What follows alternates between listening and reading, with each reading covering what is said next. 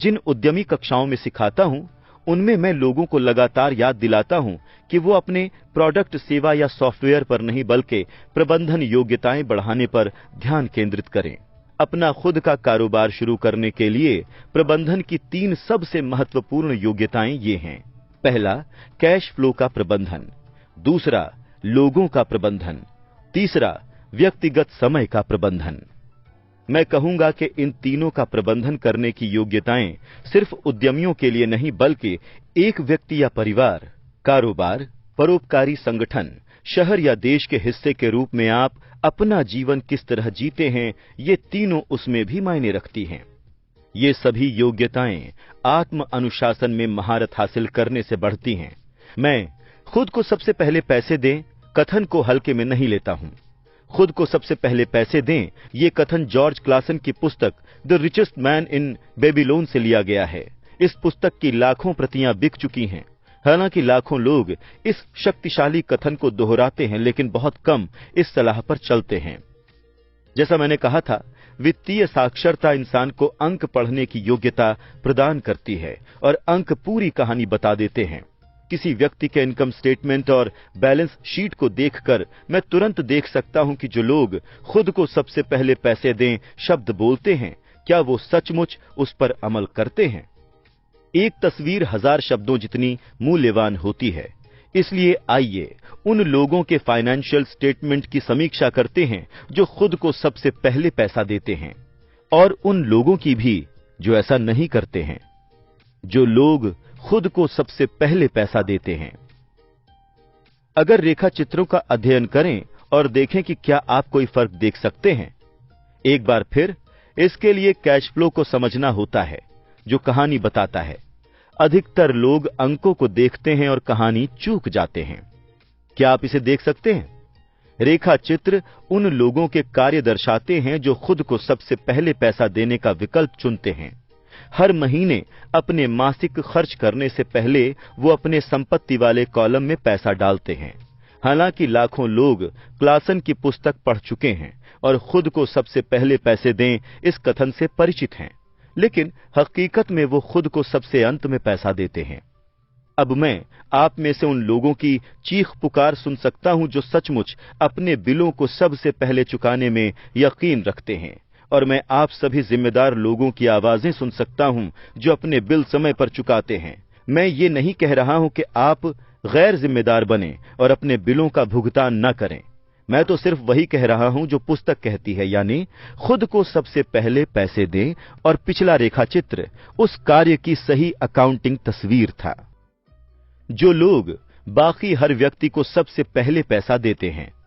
अगर आप सचमुच कैश फ्लो की शक्ति को समझ लें तो आपको जल्द ही एहसास हो जाएगा कि पिछले रेखाचित्र के साथ क्या गलत है, या 90% लोग जिंदगी भर कड़ी मेहनत क्यों करते हैं और इसके बावजूद बुढ़ापे में उन्हें सामाजिक सुरक्षा जैसी सरकारी सहायता की आवश्यकता क्यों होती है। किम और मेरे पास कई बुक कीपर्स, अकाउंटेंट्स और बैंकर्स हैं जिन्हें खुद को सबसे पहले पैसे दें इस दृष्टिकोण के साथ बहुत समस्या आती है। कारण ये है कि ये वित्तीय पेशेवर भी दरअसल वही करते हैं जो जनता करती है। वो खुद को सबसे अंत में पैसे देते हैं। मेरे जीवन में ऐसे समय रहे हैं जब किसी कारणवश कैश फ्लो मेरे बिलों से कहीं कम था, फिर भी मैंने खुद को सबसे पहले पैसे दिए। मेरे अकाउंटेंट और बुक कीपर दहशत में चीखने लगे, वो आपके पीछे पड़ जाएंगे, इनकम टैक्स विभाग आपको जेल भिजवा देगा, आप अपनी क्रेडिट रेटिंग बिगाड़ देंगे, वो बिजली काट देंगे। फिर भी मैंने खुद को सबसे पहले पैसे दिए। आप पूछते हैं क्यों? क्योंकि बेबीलोन का सबसे अमीर आदमी नामक कहानी इसी बारे में है, आत्म अनुशासन की शक्ति और आंतरिक सहन शक्ति। मेरे अमीर डैडी ने मेरे काम करने के पहले ही माह में मुझे बताया था कि ज्यादातर लोग संसार की ठोकरें सहन करते रहते हैं और बिल वसूलने वाला आकर हड़काता है और आप या तो पैसे दे देते हैं, वरना सेल्स क्लर्क कहता है, ओह इसे बस अपने चार्ज कार्ड में डाल दें। आपका रियल एस्टेट एजेंट आपसे कहता है, मकान खरीद लें, सरकार मकान खरीदने पर टैक्स में छूट देती है। ये पुस्तक इसी बारे में है। आप में ज्वार के खिलाफ जाने और अमीर बनने का साहस होना चाहिए। हो सकता है कि आप कमजोर ना हो, लेकिन पैसे के मामले में बहुत से लोग डरपोक बन जाते हैं। मैं ये नहीं कह रहा हूं कि गैर जिम्मेदार बने। मेरे पास ऊंचे क्रेडिट कार्ड कर्ज और ऐशो आराम की चीजों के कर्ज नहीं हैं। इसका कारण यह है कि मैं खुद को सबसे पहले पैसे देता हूं।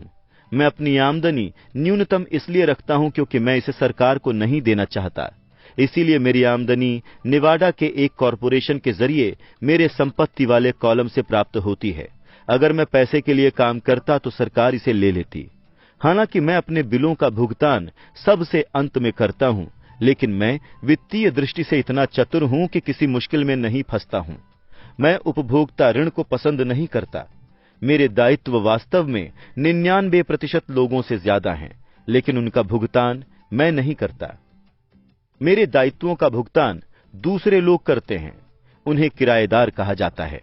इसीलिए खुद को सबसे पहले पैसे देने का पहला नियम यह है, कभी कर्ज में मत फंसो।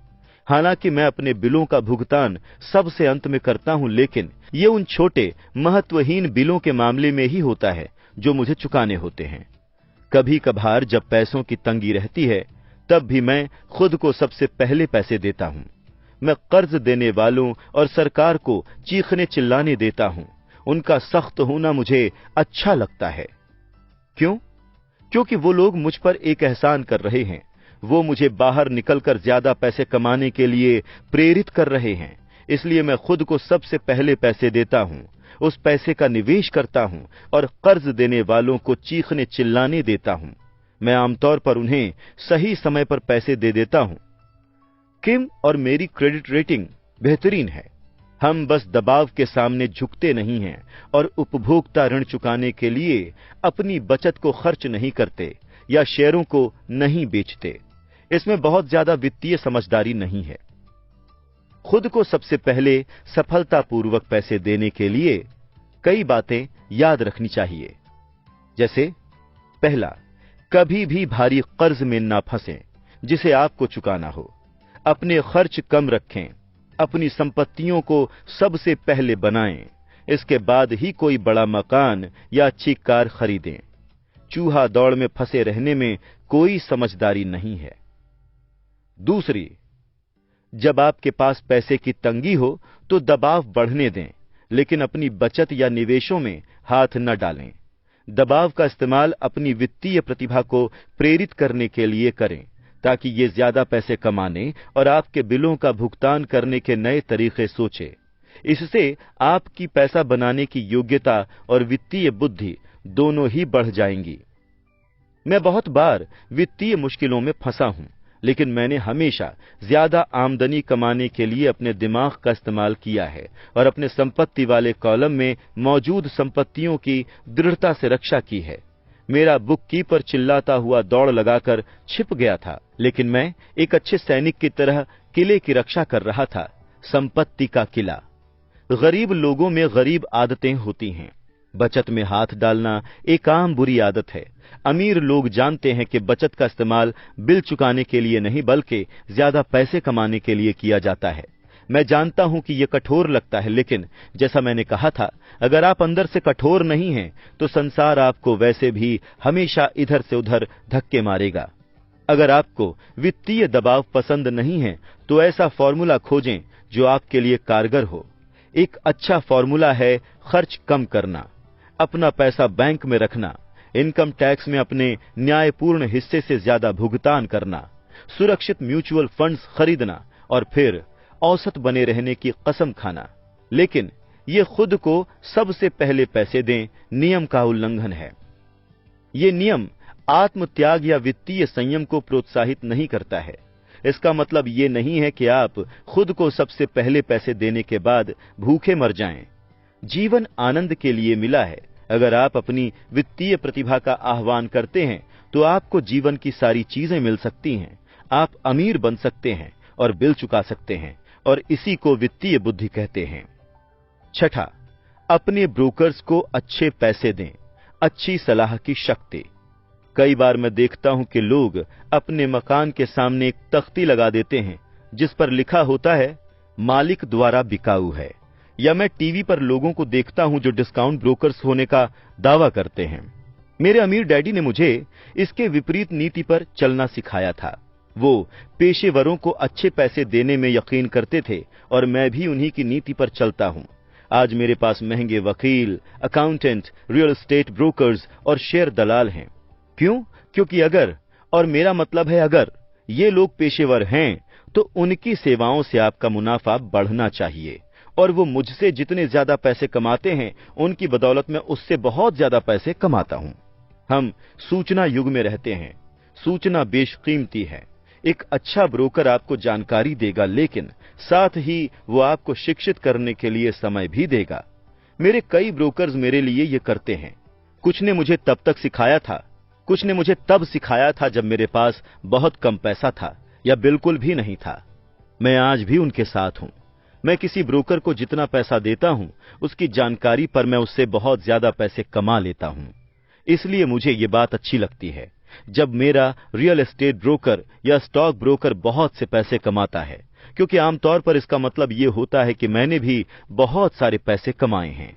एक अच्छा ब्रोकर मेरे लिए पैसे तो कमाता ही है, इसके अलावा वो मेरा समय भी बचाता है।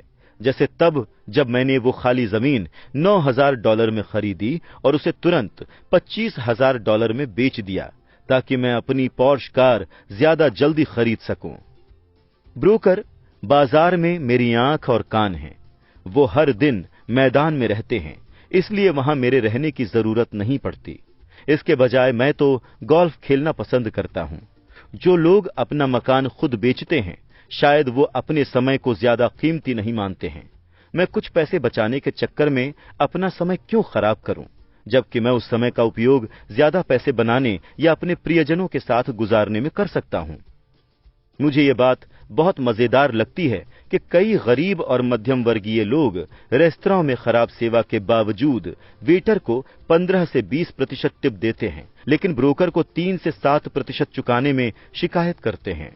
वो व्यय वाले कॉलम में लोगों को टिप देकर खुश होते हैं और संपत्ति वाले कॉलम में लोगों को टिप देने से कतराते हैं।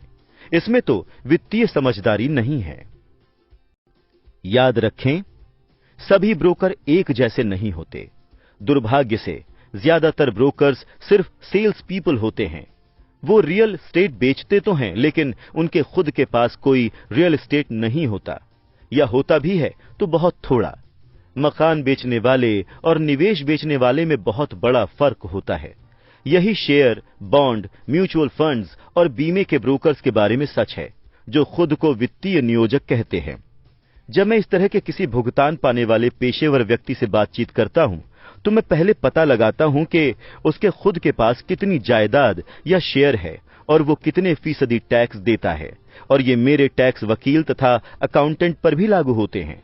मेरा एक अकाउंटेंट है जो अपने खुद के काम पर ध्यान केंद्रित करता है। उसका पेशा अकाउंटिंग है, लेकिन उसका काम रियल एस्टेट है। इससे पहले मेरे पास एक अकाउंटेंट था जो एक छोटे कारोबार का अकाउंटेंट था, लेकिन उसके पास कोई रियल एस्टेट नहीं थी। मैंने अकाउंटेंट बदल लिया क्योंकि हम एक ही कारोबार से प्रेम नहीं करते थे। ऐसा ब्रोकर खोजें जो आप